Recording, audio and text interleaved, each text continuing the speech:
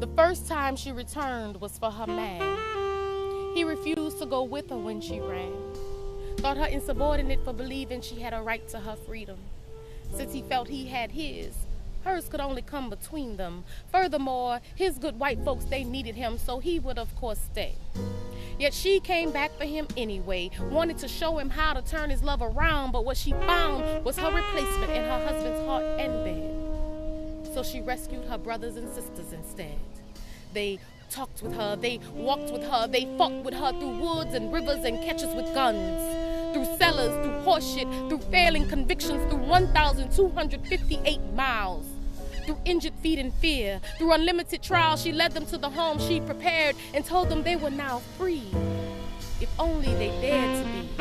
Then she turned around a second time and went back for her parents. So when I get tired of being in these trenches, I recall my ancestral mother, Harriet Tubman, in her third and fourth times when she dug these ditches, setting up rescue and reconnaissance missions, covert networks into the true axis of evil, unshackling the ankles and the consciousness of her people.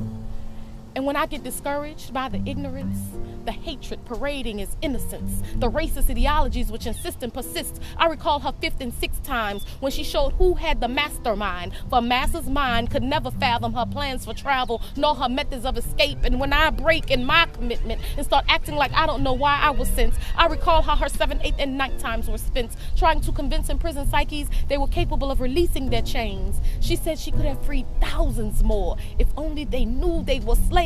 That's why when I'm scolded by the scared, or when chumps so weak they hump their backs when I speak, start shushing me, looking over their shoulders for the police, I pay homage to her 10th, 11th, and 12th times when snitches and slave catchers both bit her bullet, made a $40,000 bounty her whole card and still couldn't pull it. Not even during her 13th time when they swore they found her weakness. But since her commitment was only to God and the struggle, her weakness didn't exist. It was only a myth.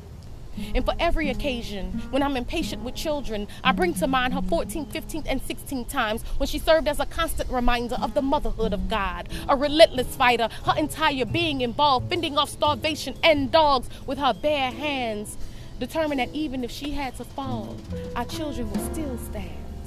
And for those infrequent days when I'm just feeling lazy, thoughts of her 17th and 18th journeys bombard me, because I know that we who believe in freedom, we cannot rest. Our people are entitled to our best. To offer less is detrimental. We demean ourselves, our past, and our potential. And for those of us who believe the revolution is in our words, well, we're just wrong. Most of us don't even have 19 well-crafted poems.